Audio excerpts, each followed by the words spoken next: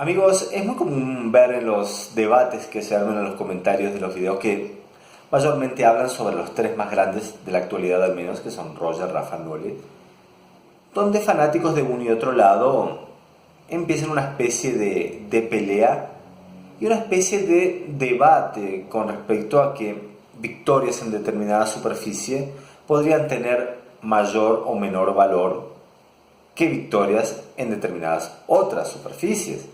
Bueno, vamos a tratar de analizar esto porque empiezo a escuchar una frase bastante repetida que es el hecho de las superficies devaluadas.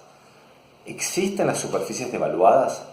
¿Hay superficies que tengan más valor que las otras? Bueno, ¿cómo podemos definir la devaluación? Es la pérdida de valor de algo, de algún objeto, de alguna moneda, de algún lugar, lo que sea, de algún servicio. La pérdida de valor, la pérdida de importancia con el correr de los tiempos.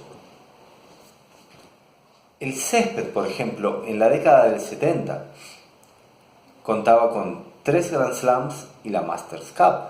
Justamente la Masters Cup que ganó Guillermo Vilas en Australia se jugó en césped. El Abierto de Australia se jugaba en césped. El Abierto de los Estados Unidos se jugaba en césped. Y Wimbledon se jugaba en césped.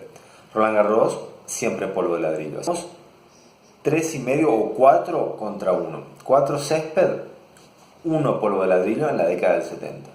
Entrada a la década del 80, el césped pierde primero la Masters Cup, no se volvió a jugar el césped del Masters de fin de año, pierde al Abierto de los Estados Unidos con el césped también, que se pasa en primer momento al clay, donde también Vilas ganó, la arcilla verde, y luego se pasa al cemento que hoy conocemos, no exactamente el cemento que hoy conocemos, porque el de la primera época era muy rápido.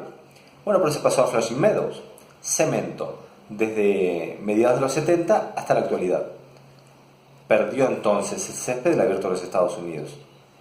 Luego, bien entrado a los 80, perdió al Abierto de Australia, que se pasó a una carpeta sintética. En su momento era una especie de rebound ace, que era una especie de goma que traía muchos problemas a los jugadores porque se hundía bastante y era muy propensa a ser influida por las condiciones del tiempo. Se hacía mucho calor, la superficie se hundía, se hacía mucho frío, la superficie se quedaba dura, entonces el jugador no sabía con qué cancha se iba a encontrar. Ahora se logró una especie de carpeta asfáltica mucho más confiable que es la actual. Aún así hay modificaciones en la velocidad de los Grand Slams actuales. Tenemos a US Open, que está jugando con un cemento de mediana velocidad. Así que cuando llegamos a los 90, ya solamente teníamos a Wimbledon, un Wimbledon todavía bastante rápido en el césped. Ya no había torneos grandes, solamente 3-4 semanas de torneos de mediano porte y Wimbledon, que es obviamente la catedral del tenis donde nació la gran historia, que conserva el gran peso de la tradición y la historia, pero no tanto un peso en lo largo del calendario, porque cuando uno hace una pretemporada, difícilmente la haga sobre césped, la hace o en cancha rápida, cemento, cancha dura, o la hace en polvo de ladrillo. Así que podemos decir que el polvo de ladrillo es una superficie devaluada. Seguramente que en los años 70 había muchos más torneos en cancha lenta porque se combinaban el clay clásico, que vemos hoy, el polvo de ladrillo, y la arcilla verde. Teníamos una gira muy extensa en Estados Unidos de clay. Hoy prácticamente ya no tenemos torneos en clay, donde José Luis Clerc arrasaba. North Conway, no sé qué otros torneos más, South Orange, arrasaba. Batata Clerc le ganaba al que se le cruzase. Luego, esa gira desapareció y nos quedamos solamente con el clay europeo y los torneos de Sudamérica. Sí, ha perdido un poquitito de importancia. En los 70 Vilas ganó infinidad de torneos aprovechando toda esta gran oferta de torneos en canchas lentas. Perdió un poquito de lugar, pero no perdió tanto lugar como el césped. El cemento ganó mucho protagonismo y también se fue repartiendo cemento de Estados Unidos, la carpeta de Australia y los torneos techados sobre cancha dura. Entonces digamos que tenemos una especie de mayoría sobre cancha dura. Luego vienen las canchas de polvo de ladrillo y luego viene el césped. Pero ¿alguien se atrevería a desmerecer los logros en Wimbledon? ¿Alguien podría desmerecer a Sampras porque hay pocos torneos en césped? ¿O a Federer porque hay pocos torneos en césped, decir que es una superficie devaluada, yo creo que sería una locura. Yo creo que el césped hay que mantenerlo para siempre, porque es el origen, porque nos recuerda a lo que fue el inicio de los tiempos.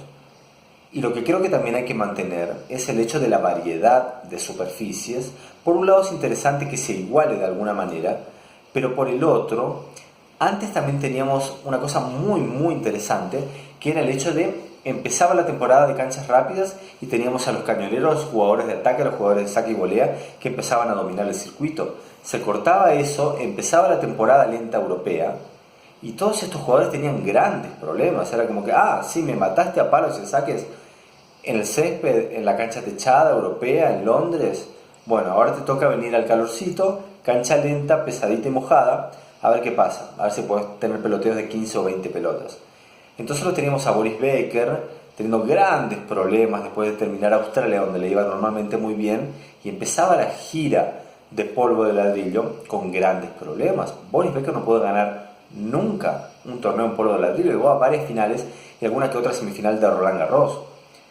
Pero eso es realmente llamativo. Un jugador de ese nivel, en este momento, es prácticamente imposible que no pueda ganar ni siquiera un torneo chico, porque intentó en todos lados y nunca pudo. Y tenemos una cantidad enorme de jugadores especialistas en polvo de ladrillo de mediados de los 80, entrados los 90, que en césped iban a saludar y a cobrar el premio por la primera ronda. En la gira de canchas cubiertas a veces ni aparecían. Entonces tenemos a estos especialistas, tenemos a Pete Sampras, que venía de ganar torneos en Estados Unidos, iba a Roland Garros y perdía en primera ronda con jugadores bien entrados entre los 100 y 200 mejores del mundo. Así que yo creo que eso es bastante interesante, como algunos jugadores tuvieron que luchar tanto para adaptarse de una superficie a otra. El caso de Ivan Lendl fue muy notorio, que era especialista en prácticamente todo, fue el número 1 de los más dominantes de la historia, pero en césped tenía grandes problemas. Reorganizó su calendario, cortó torneos, cambió la preparación, cambió fechas para ver si podía ganar Wimbledon. Llegó a 2 finales y no pudo. Una fue con Boris Becker, la otra fue con Pat Cash, y Lendl se tuvo que retirar sin Wimbledon. Y hubo un montón de jugadores que se tuvieron que retirar sin Roland Garros. Pete Sampras, por ejemplo. Por eso es que quizás un jugador como Andre Agassi, que si bien está algunos partidos por debajo de Sampras en el head-to-head, su adaptabilidad le dio la posibilidad de haber ganado en todas las superficies. Y eso es un tema que me gustaría tratar para los próximos videos. El hecho de la rivalidad Agassi-Sampras, que para mí está entre las rivalidades más importantes de la historia, si no la más, al menos por lo entretenido. Entonces tenemos a Agassi ganando en todas las superficies bien diferentes. Teníamos a Sampras ganándole a Agassi en el US Open y en Wimbledon. Jamás perdió con Agassi. Teníamos a Agassi ganándole a Sampras en el calor australiano y en Roland Garros. Jamás le ganó en ninguno de estos dos lugares. Así que teníamos una gran variedad y podíamos ver cómo este se adaptaba o no y cómo este especialista podía arreglárselas en la superficie opuesta. Volviendo a la actualidad, ¿es justo decir que hay superficies devaluadas o que un Wimbledon vale más o menos que un Roland Garros? A mí me parece que no tiene mucho sentido. Si escuchamos por ejemplo a Brad Gilbert, que fue un gran jugador, luego un gran entrenador que cambió la carrera de Andre Agassi, trabajó con Andy Murray, con Nishikori, varios más, decía: yo creo que la crisis del tenis estadounidense, de la cual está empezando a salir ahora, se debería solucionar con nuestros jugadores empezando a explorar un poco más el polvo de ladrillo, empezar a luchar y construir cada punto mucho más que solamente estar pensando en meter un saque y una buena derecha. Yo recuerdo de haber trabajado con el profe Belfonte, que fue el preparador físico y coach en algunos Grand Slams ganados por Vilas, que me decía: con un saque y una buena derecha puedes dar la vuelta al mundo. Es cierto, pero seguramente que no en todas las superficies y no durante todo el año. Hay que ser un jugador completo. Y eso es lo que nos ha demostrado lo más grande de la historia, que quizás en esta actualidad tienen la, entre comillas, facilidad de que las superficies están mucho más igualadas y tenemos a 3 jugadores habiendo dominado en todos los Grand Slams, cosa muy difícil hace poquito más de 10 años. Así que eso es básicamente lo que tengo para contarles en este video, amigos. Me gustaría que arranquemos un debate, que enriquezcamos este tema y veamos si vale la pena decir que el polvo de ladrillo vale menos que el césped o que la sintética vale más que el cemento, o si realmente tenemos que disfrutar y apreciar la variedad de estilos y la variedad de canchas. Así que eso, amigos, espero que les haya servido, así que ya saben, si les gustó, no olviden darle like y no olviden suscribirse al canal. Nos vemos la próxima.